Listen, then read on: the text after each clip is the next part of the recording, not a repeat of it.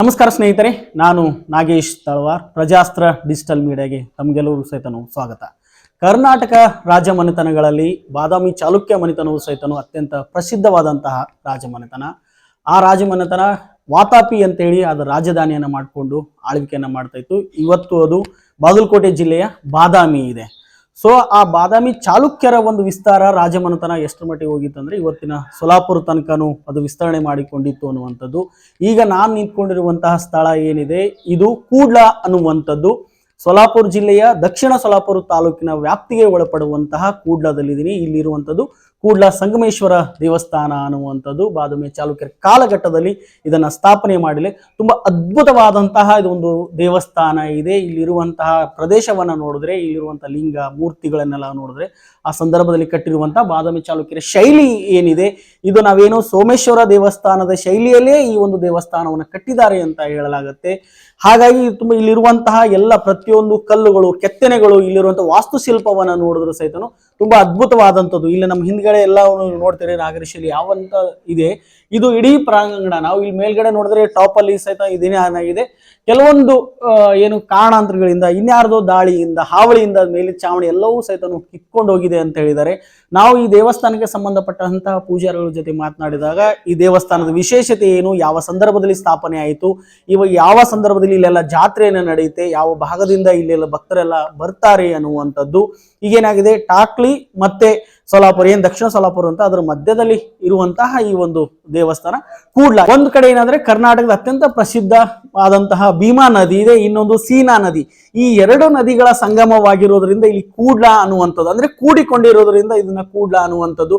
ಇಡೀ ದೇವಸ್ಥಾನದ ವಿಶೇಷತೆ ಏನು, ಅದು ಹೇಗಿದೆ ಅಂತ ನಾ ಎಲ್ಲ ಮುಂದಿನ ಏನು ದೃಶ್ಯಗಳಲ್ಲಿ ತಮಗೆ ತೋರಿಸ್ತಾ ಹೋಗ್ತಾ ಇದ್ದೀನಿ. ಮತ್ತೆ ಇದಕ್ಕೆ ಸಂಬಂಧಪಟ್ಟಂತೆ ಪೂಜಾರಿಗಳು ಸಹಿತನು ಪ್ರಜಾಸ್ತ್ರ ಡಿಜಿಟಲ್ ಮೀಡಿಯಾದ ಜೊತೆಗೆ ಮಾತನಾಡಿದರೆ ಇದರ ವಿಶೇಷತೆ ಏನು ಅನ್ನೋದನ್ನ ಸ್ವತಃ ನಾವು ಅವ್ರ ಬಾಯಿಂದನೇ ಕೇಳೋಣ. ಕೂಡ್ಲ ಸಂಗಮೇಶ್ವರ ದೇವಸ್ಥಾನ ಬಾದಾಮಿ ಚಾಲುಕ್ಯರ ಕಾಲಘಟ್ಟದಲ್ಲಿ ನಿರ್ಮಾಣವಾಗಿದೆ. ಈಗಿನ ಸೊಲಾಪುರ ಜಿಲ್ಲೆಯ ಸೊಲಾಪುರ ದಕ್ಷಿಣ ತಾಲೂಕಿನಲ್ಲಿದೆ.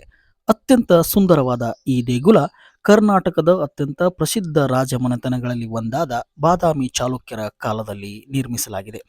ಈ ದೇವಸ್ಥಾನದ ವಾಸ್ತುಶಿಲ್ಪ ಸುಂದರವಾಗಿದೆ. ನಾಗರ ಹಾಗೂ ದ್ರಾವಿಡರ ಮಿಶ್ರಣವಾಗಿದೆ.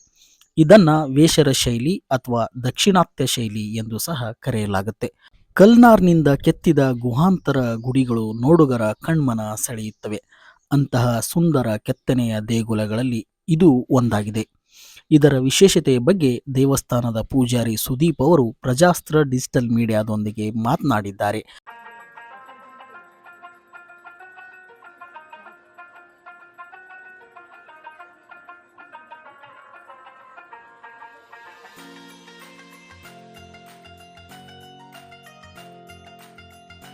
ಇದು ನೋಡ್ರಿ ಸಂಗಮೇಶ್ವರ ದೇವಸ್ಥಾನ. ಅಂದ್ರೆ ಮುಖ್ಯ ದೇವರ ಹೆಸರು ಸಂಗಮೇಶ್ವರ. ಸಂಗಮೇಶ್ವರ ಅಂತ ಹೆಸರು ಯಾಕೆ ಬಿದ್ದಿದೆ ಇಲ್ಲಿ ಭೀಮಾ ಮತ್ತು ಸೀನಾ ಎರಡು ನದಿಗಳು ಕೂಡಿ ಸಂಗಮ ಆಗ್ಯಾವ. ಅದಕ್ಕೆ ಎರಡು ನದಿಗಳು ಕೂಡಿ ಸಂಗಮ ಆಗೋದ್ರಿಂದ ಈ ದೇವ್ರಿಗೆ ಸಂಗಮೇಶ್ವರ ಅಂತ ಹೆಸರು ಬಿದ್ದದ. ಈ ಸಂಗಮೇಶ್ವರ ಗುಡಿಯೊಳಗ ಅಂದ್ರೆ ಇದು ಕಟ್ಟೋದು ಮೇನ್ ಮುಖ್ಯ ಎರಡು ಭಾಗದಾಗ ಕಟ್ಟಾರ. ಅದು ಯಾರು ಕಟ್ಟಾರ ಅಂದ್ರೆ ಚಾಲುಕ್ಯರು, ಬಾದಾಮಿ ಚಾಲುಕ್ಯರ ರಾಜರಿದ್ರಲ್ಲ, ಅವರು ಎರಡು ಪಾರ್ಟ್ದಾಗ ಕಟ್ಟಾರ. ಒಂದು ಪಾರ್ಟ್ ಏನದ ಅಲ್ಲಿ ಅದು ಒಬಡ್ದೊಬಡ್ ಕಲ್ಲ, ಅಂದ್ರೆ ಪಾಲಿಶ್ ಇರ್ಲಾರ ಕಲ್ಲದಿಂದ ಈ ಕಡೆ ಒಳಗಿಂದ ಏನ್ ಭಾಗ ಅಲ್ಲ, ಇದು ಇಸ್ವಿಸನ್ ಪೂರ್ವ ಕಟ್ಟುದು ಪೈಲಾ ಗುಡಿ. ಅಂದ್ರ ಅದು ಆದ ಬಳಿಕ ಅದ್ರ ಮುಂದಿನ ಏನ್ ಭಾಗ ಅಲ್ಲ, ಅದು 1008 ವರ್ಷಿಗೆ 1018 ಸಾಲಿ 1018 ವರ್ಷಿಗೆ ಕಟ್ಟೋದು, ಶಕೆ 940ದಾಗ. ಅಂದ್ರೆ ಈ ಗುಡಿ ಒಳಗೆ ಮೇನ್ ಮುಖ್ಯ ಅಂದ್ರ 7 ವಸ್ತುಲ್ ಅದಾವ್ರಿ. 7 ವಸ್ತುಲ್ ಇರೋ ಕಾರಣ ಏನಂದ್ರ ಮಾನವನ ಶರೀರದಾಗ 7 ಮೂಲಭೂತ ಚಕ್ರ ಇರ್ತಾವ. 7 ಮೂಲಭೂತ ಚಕ್ರ ಅಂದ್ರ ಸುಮಾರು ಗೋಷ್ಠಿ ಅಂದ್ರೆ ವೈಟ್ ಗೋಷ್ಠಿ ಹಿಡಿದು ದೇವ್ರಿಂತನ ಅಂದ್ರೆ ಉನ್ನತಿ ಕಡೆ ಹೋಗೋದತನ ಹಿಂಗ 7 ಚಕ್ರದಿಂದ ಹೋಗ್ಬೇಕತ್ತರಿ. ಅದೇ ಒಂದು ವಿಚಾರ ಮಾಡಿ 7 ಹೊಸ್ತದಿಂದ ಗುಡಿ ಕಟ್ಟಿರೋದು. ಅಂದ್ರೆ ಬಾದಾಮಿ ಚಾಲುಕ್ಯರ ಏನ್ ಗುಡಿಗಳು ಕಟ್ತಿದ್ರಲ್ಲ, ಶಿವನ್ ಗುಡಿ 2 ಪದ್ಧತಿ ಕಟ್ತಿರ್ರಿ. ಒಂದು ತ್ರಿಕೂಟ ಪದ್ಧತಿ, ಒಂದು ಪಂಚಕೂಟ ಪದ್ಧತಿ.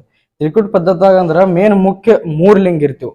ಒಂದು ಮುಖ್ಯ ಲಿಂಗ ಯಾವ ದೇವ್ರು ಇರ್ತಾವ ಆ ಮುಖ್ಯ ಲಿಂಗ ಅಂದ್ರೆ ಒಂದು ಕಾಶಿ ರಾಮೇಶ್ವರ, ಒಂದು ಕಾಶಿ ಲಿಂಗ ಅಂದ್ರೆ ಒಂದು ರಾಮೇಶ್ವರ ಲಿಂಗ, ಹಿಂಗ 2 ಅಂದ್ರೆ ಟೋಟಲ್ 3 ಲಿಂಗ ಇರ್ತೀವ್ರಿ. ಅದು ಫಸ್ಟ್ ಏನದ ಇಲ್ಲಿದಿಂದ ಕಟ್ಟುದು ತ್ರಿಕೂಟ ಪದ್ಧತಿ ಕಟ್ಟೋದು ಗುಡಿ. ಈ ಒಬ್ಬದು ಅಂದ್ರೆ ಇಸ್ವಿಸನ್ ಪೂರ್ವ ಏನ್ ಕಟ್ಟಿರಲ್ಲ ಅದು ತ್ರಿಕೂಟ ಪದ್ಧತಿ ಕಟ್ಟೋದು ಗುಡಿ. ಅಂದ್ರೆ ಅದೇ ಅವ್ರದ್ದು ಮುಂದಿನ ಎಲ್ಲ ಏನ್ ಸಂತತಿ ಹುಟ್ಟಿ ಬಂದಾರ ಅವ್ರದ್ದೆಲ್ಲ ಮಕ್ಕಳು ಮೊಮ್ಮಕ್ಕಳು ಅವ್ರ ಮುಂದಿನ ಕಟ್ಟೋದು ಪಂಚಕೂಟ ಪದ್ಧತಿ ಅಂದ್ರೆ ಇನ್ನೂ 2 ಲಿಂಗ ಆಡ್ ಮಾಡ್ಯಾರ ಅದ್ರ ಅದು ಅಂದ್ರೆ ಇದು ಮೇನ್ ಮುಖ್ಯ ಲಿಂಗ ಅಂದ್ರೆ ಈಚೆ ಕಡೆ ಲೆಫ್ಟ್ ಅಂಡ್ ರೈಟ್ ಸೈಡ್ ಒಂದೊಂದು ಲಿಂಗ ಅದಾವ ಇದು ತ್ರಿಕೂಟ ಪದ್ಧತಿ ಅಂದ್ರೆ ಅದು ಆದ ಬಳಿಕ ಮುಂದಿನ ಮಂಟಪದಾಗ ಒಂದು ಇದು ರೈಟ್ ಸೈಡ್ ಒಂದು ಲಿಂಗ ಐತಿ ಅಂದ್ರೆ ಲೆಫ್ಟ್ ಸೈಡ್ ಒಂದು ಅದ್ರ ಲಿಂಗ ಅದು ಹಾದಿ ಅಂದ್ರ ಬರ್ಲಕ್ ಮಂದಿಗೆ ಹಾದಿ ಅಂತ ಸೈಡಿಗೆ ಕಟ್ಟಿಟ್ಟಾರ ಅಂದ್ರೆ 5 ಲಿಂಗ ಒಳಗಿಂದು ಮೇನ್ ಮುಖ್ಯ ಲಿಂಗಿಂದು ಅಂದ್ರೆ ಶಿಲಾರ ಅಂದ್ರೆ ನೀರ್ ಹೋಗೋ ಜಾಗ ಏನಿರ್ತದಲ್ಲ ಅದು ಉತ್ತರ ಭಾಗಿಗೆ ಇರ್ತದ ಬಾಕಿ ಏನು ಎಲ್ಲ 4 ಲಿಂಗಿಂದು ಅದು ಪೂರ್ವವಾಗಿ ಇರ್ತದೆ ಇದಕ್ಕೆ ಪಂಚಕೂಟ ತ್ರಿಕೂಟ ಪದ್ಧತಿ ಅಂತ ಗುಡಿ ಕಟ್ಟ ಪದ್ಧತಿ ಅಂತ ಹೇಳ್ತಾರೆ ಅಂದ್ರೆ ಇದ್ರೊಳಗ ಇಲ್ಲಿ ಗುಡ್ಯಾಗ 3 ಅಂದ್ರ ಗರ್ಭಗೃಹಕ್ಕಿಂತ ಪೈಲಾ ಪೈರಿಗೆ ಅಂದ್ರೆ ಪೈಲಾ ಕೋಲ್ಯಾಗ 3 ಪೈರಿ ಅದಾವ 3 ಪೈರಿ ಸ್ವರ್ಗದ ಪೈರಿ ಅಂತ ಅದಕ್ಕೆ ಸರ್ ಅಂದ್ರೆ ದೇವ್ರಿಂಬಲ್ಲಿ ಈಗೆಲ್ಲ 6 ಚಕ್ರದಿಂದ ಆದ ಬಳಿಕ 7ನೇ ಚಕ್ರಿಗೆ ಹೋಗಿ ಸ್ವರ್ಗನ ಹೋದಂಗ ಈಗ ಅದು ಸ್ವರ್ಗಿನ ಪೈರಿ ದಾಟಿ ದೇವ್ರ ಹತ್ರ ಹೋದಂಗ ಹಿಂಗೈತಿ ಇದು ಸೋಲಾಪುರ ಜಿಲ್ಲೆ ದಕ್ಷಿಣ ಸೋಲಾಪುರ ತಾಲೂಕಾ ಪೋಸ್ಟ್ ಬರೂರ್ ಹತ್ತರಸಂಗ್ ಕೂಡಲ್ ಅಂತ ಗ್ರಾಮ ಐತ್ರಿ ಇದು ಅಂದ್ರೆ ಇದ್ರೊಳಗ ಇಲ್ಲಿ ಪೈಲಾ ಬಾದಾಮಿ ಚಾಲುಕ್ಯರು ಅವರು ಸ್ತ್ರೀ ಪ್ರಾಧಾನ್ಯ ಬಹಳ ಕೊಡ್ತಿರ್ರಿ ಅಂದ್ರ ಆ ಟೈಮ್ದಾಗ ಅವಾಗ ಅವರು ಈ ಸ್ತ್ರೀ ಚಿತ್ರ ತೆಗೆದು ದೇವ್ರಿಗೆ ಪೈಲಾ ಬರ್ನ್ ನಮಸ್ಕಾರ ಹೆಂಗ್ ಮಾಡೋದು ಅದು ಹೇಳ್ಕೊಟ್ರ ಫಸ್ಟಿಗೆ ಬರ್ನ ದೇವ್ರಿಗೆ ನಮಸ್ಕಾರ ಮಾಡಿಸ್ಬೇಕು ಅಂದ್ರೆ ಈ ಕಡೆ ಈ ಸೈಡಿಗೆ ಸಂಗಮ ಐತಿ ಸಂಗಮ್ ಸೈಡಿಗೆ ಅಂದ್ರೆ ಸೆಕೆಂಡ್ ಸಂಗಮ ದರ್ಶನ ಮಾಡ್ಬೇಕು ಅದು ಆದ್ವಾಗ ಮತ್ತೆ ಹೊಳ್ ದೇವ್ರಿಗಮ್ ದರ್ಶನ ಮಾಡ್ಬೇಕು ಹಿಂಗ್ ಹೇಳ್ಕೊಟ್ರಿ ಅದು ಅಂದ್ರೆ ಅದು ಆದ್ಬೇಕ ಇದೇನ್ ಶಕೆ 940ದಾಗ ಕಟ್ಟಿರಲ್ಲ ಅವಾಗ ಪೈಲಾ ಮೋಡಿ ಮರಾಠಿ ಲಿಪಿ ಅಭಿಜಾತ ಐತ್ರಿ ಫಸ್ಟ್ ಮಹಾರಾಷ್ಟ್ರದ ಮೋಡಿ ಮರಾಠಿ ಲಿಪಿ ಇದ್ದದ ಇಲ್ಲಿ ರೀ ಅಂದ್ರೆ ಇದ್ರೊಳಗ ಏನ್ ಬರ್ದಾರಲ್ಲ ಇದು ಮುಂದಿಂದು 1008 ವರ್ಷ ಆಗ್ಯದತ್ತೆ ಪ್ರೂಫ್ ಐತ್ರಿ ಇದ್ರ ಅದ್ರದೇ ಅದು ಮೋಡಿ ಲಿಪಿ ವಾಚಿಸ್ಲಿಕ್ಕೆ ಬರಲ್ಲಂತ ಆರ್ಕಿಯೋಲಜಿದವ್ರು ಬಂದು ವಾಚಿಸಿ ಇಲ್ಲಿ ಅದ್ರದ್ದು ಮರಾಠಿದಾಗ ಭಾಷಾಂತರ ಮಾಡಿ ಬರೆದು ಕೊಟ್ಟಾರ ಹಾ ಮರಾಠಿ ಮೋಡಿ ಲಿಪಿ ರೀ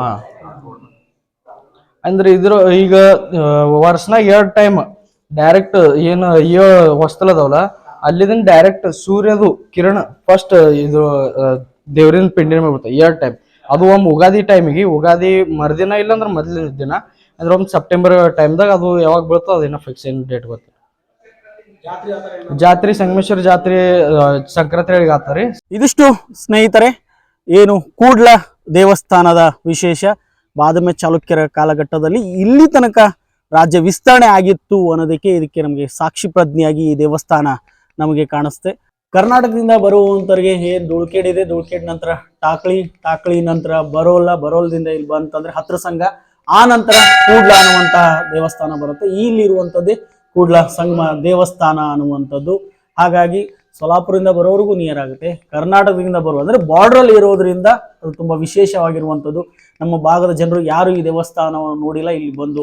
ಈ ದೇವಸ್ಥಾನ ವೀಕ್ಷಣೆ ಮಾಡಬಹುದು ತುಂಬಾ ಅದ್ಭುತವಾದಂತಹ ದೇವಸ್ಥಾನ ಇದಾಗಿದೆ ಪ್ರಜಾಸ್ತ್ರ ಡಿಜಿಟಲ್ ಮೀಡಿಯಾದಲ್ಲಿ ಬರ್ತಾ ಇರುವಂಥ ಸ್ಟೋರಿಗಳು ವರದಿಗಳು ನಮ್ಗೆ ಇಷ್ಟವಾದಲ್ಲಿ ಲೈಕ್ ಮಾಡಿ ಶೇರ್ ಮಾಡಿ ಸಬ್ಸ್ಕ್ರೈಬ್ ಮಾಡೋ ಮುಖಾಂತರ ನಮಗೆ ಬೆಂಬಲ ನೀಡಬೇಕು ಅಂತ ಕೇಳ್ಕೊಳ್ತಾ ಇದ್ದೀನಿ ಧನ್ಯವಾದಗಳು